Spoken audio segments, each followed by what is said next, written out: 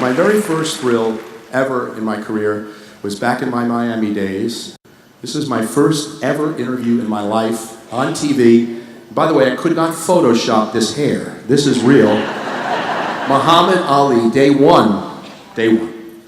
Now the reason I bring this photo up, and by the way, that's his daughter, Layla Ali, he's holding, who would eventually become a heavyweight champion for women in boxing, is because 35 years later, almost 40 years later, I had a chance to revisit Ali, and I met him many times over the years, for an event for Parkinson's.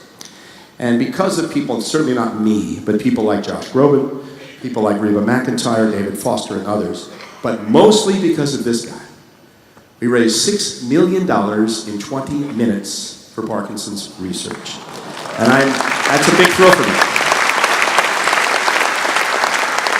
I want to tell you a true story that happened that very week of that first photograph you saw.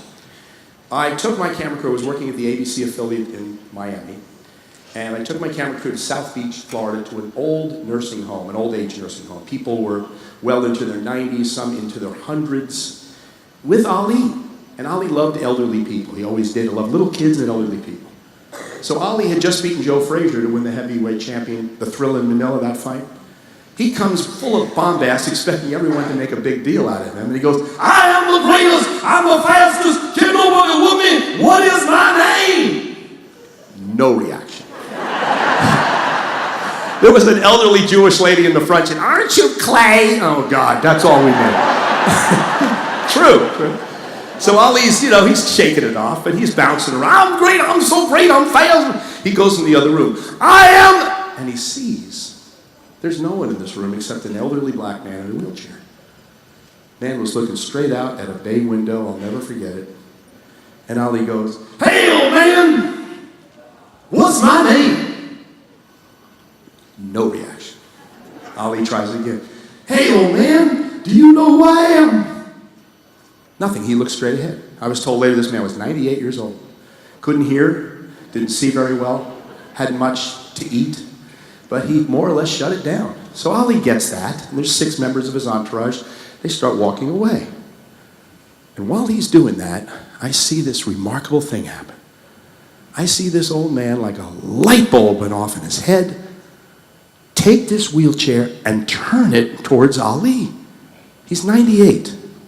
And he speaks, first haltingly, but then with more conviction. "Hey." "What?" I said, "Hey." "Hey what?" "Hey what?" "Hey, I know who you are."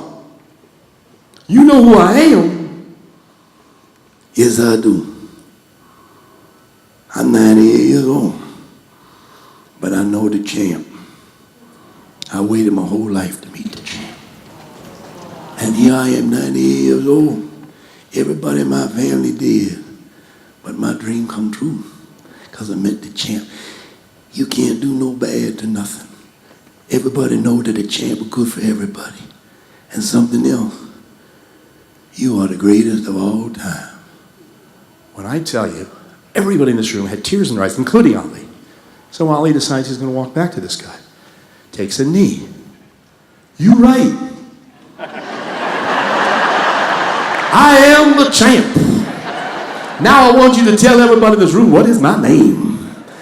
Old man looked up and said, "Joe Louis."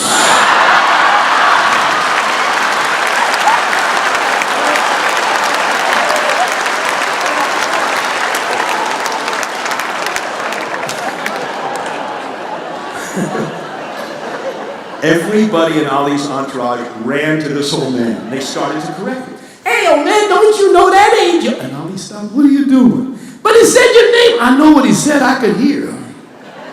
You come over here for a second." I walked towards it and I could hear this. He looked at these 6 members whose only job is to make Ali feel good. And he said this, "How dare you? How dare you contradict a corrected old man?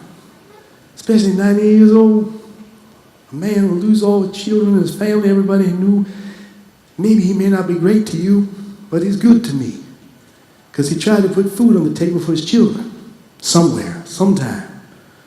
Maybe in his whole life, the only dream he ever wanted is to meet the champ. In his mind, the only champ that ever mattered was Joe Louis. His dream came true tonight, fellas. And you know why? Then he said, because tonight, I'm Joe Louis. That was it. That was the greatest moment I can remember. I still look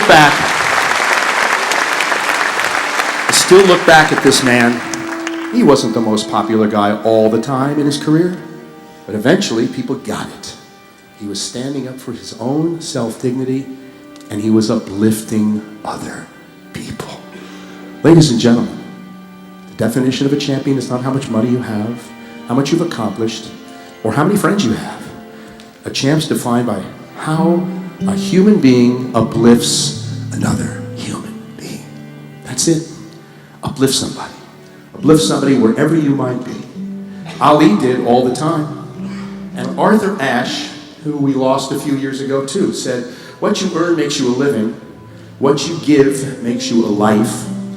And a man who preceded Arthur Ashe by some 50 years, the great George Washington Carver, said it this way: how far all of you go in life depends on your ability to be tender with the young and compassionate with the aged, tolerant of the weak, strong for those who strive. Because someday in your life, you will have been all of those things. That's what Ali stood for. He was strong, he was weak, he strove, but he uplifted people. That's why he is still the greatest